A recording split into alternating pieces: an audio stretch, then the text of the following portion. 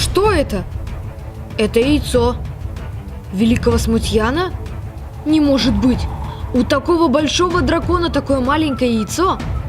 Но не буду забегать вперед. Начну по порядку. Сегодня я расскажу, что интересного и нового я узнал о смутьяне и о своих догадках о нем. Эту информацию ты нигде не увидишь и не прочитаешь. Я обещаю, что сегодня ты обязательно узнаешь что-то новое. И хочу предупредить, что сегодня ты увидишь отрывки из новых серий 5-го сезона. Поэтому, если ты не хочешь узнать что-то раньше времени, тогда просто закрой это видео и не смотри его. Ну а для всех остальных начинаю рассказ про великого смутьяна. Это очень интересный дракон. Смутьян относится к виду левиафанов 10-го разряда. Это Рыбьенок определил его в этот класс. Еще один? Это 10-й разряд! 10-й! Это самые большие драконы, которые только существуют на Земле. И он бесспорно самый большой дракон в мультфильме «Как приручить дракона». Я сейчас не рассматриваю драконов из комиксов или компьютерных игр. Размер смутьяна 160 футов. Это около 50 метров. Размер впечатляет. Кстати, на английском языке имя этого дракона Bewilde Beast. Ну, примерно как-то так. Bewilde – это значит приводить в недоумение, ставить в тупик. А Beast переводится как зверь. То есть великий смутьян – это зверь, который приводит в недоумение, который сбивает с толку. Это да, это точно про него. Его размеры и его способности поражают. Ты прекрасно знаешь, как выглядит смутьян, но я хочу рассказать про то, что я заметил и что меня удивило. На передних лапах сзади у него есть небольшие плавники, и крылья его напоминают плавники. И он водный дракон. Могу предположить, что раньше смутьян был полностью водным драконом, и у него было 4 плавника по 2 с каждой стороны. Но потом этот вид по каким-то причинам, видимо, стал выходить на сушу, и его нижние плавники стали трансформироваться в лапы, чтобы удобнее было передвигаться по земле. И если эволюция будет идти так же, то со временем, скорее всего, смутьян будет становиться меньше, а его верхние плавники будут расти, и великие смутьяны начнут летать. Но это будет еще очень и очень не скоро.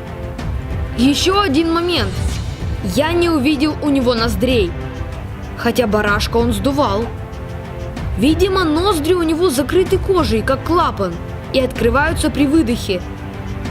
Или, может быть, у него их очень много, и они очень маленькие, и поэтому не видны нам. У великого смутьяна есть бивни. Непонятно, зачем бивни нужны водному дракону, но они у него есть. Причем они не относятся к зубам, как у земных животных. Мамонт, слон, саблезубый тигр. У великого смутьяна бивни растут от ушных раковин. И обрати внимание, что они разной формы. У смутьяна валки они направлены вниз, а у смутьяна драга вверх. Это случайность? Или форма бивней формируется, смотря какой характер у дракона? Если дракон добрый и защитник, то и бивни смотрят вниз. А если это воинственный дракон Драга, то бивни направлены вверх. Теперь залп смутьяна. Этот великий дракон изумляет, приводит в недоумение. Помнишь перевод его имени? И его залп тоже удивляет.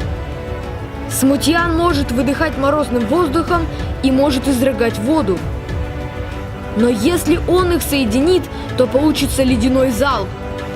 Вода очень быстро замораживается. За один свой залп смутьян может закрыть 1000 квадратных метров в площади. Тонны льда покроют землю за несколько секунд. Чтобы построить вот такой ледяной дом, смутьяну потребовалось 3 дня. Ты обратил внимание, что цвет льда с зеленоватым оттенком? Это верно.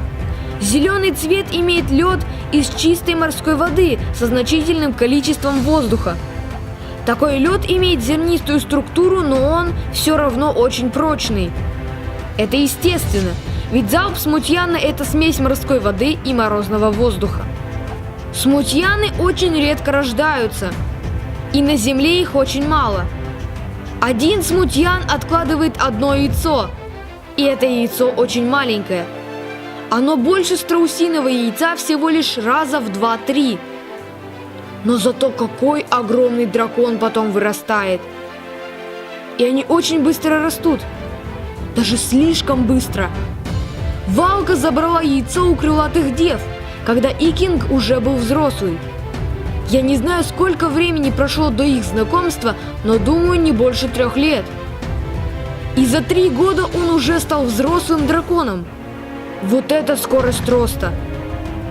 Еще у смутьяна есть гипноз.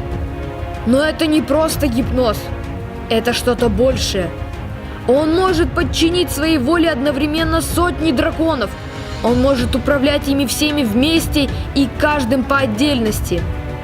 Как он это делает? Как он раздает команды? Это неизвестно. И нам, людям, это сложно понять.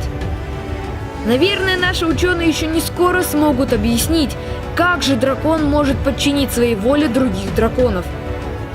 Нам пока не дано это понять. Наверное, у него есть какие-то свои драконьи штучки. И, кстати, еще один последний факт. Один дракон из смутьянов точно приплывал на остров Ванахайм. Узнаешь его скелет? Возможно, именно с него началась история этого острова. Возможно даже, что он просто жил на этом острове. А потом, после его смерти, стражи продолжили почитать его как вожака и стали принимать других драконов, готовящихся перейти в мир иной.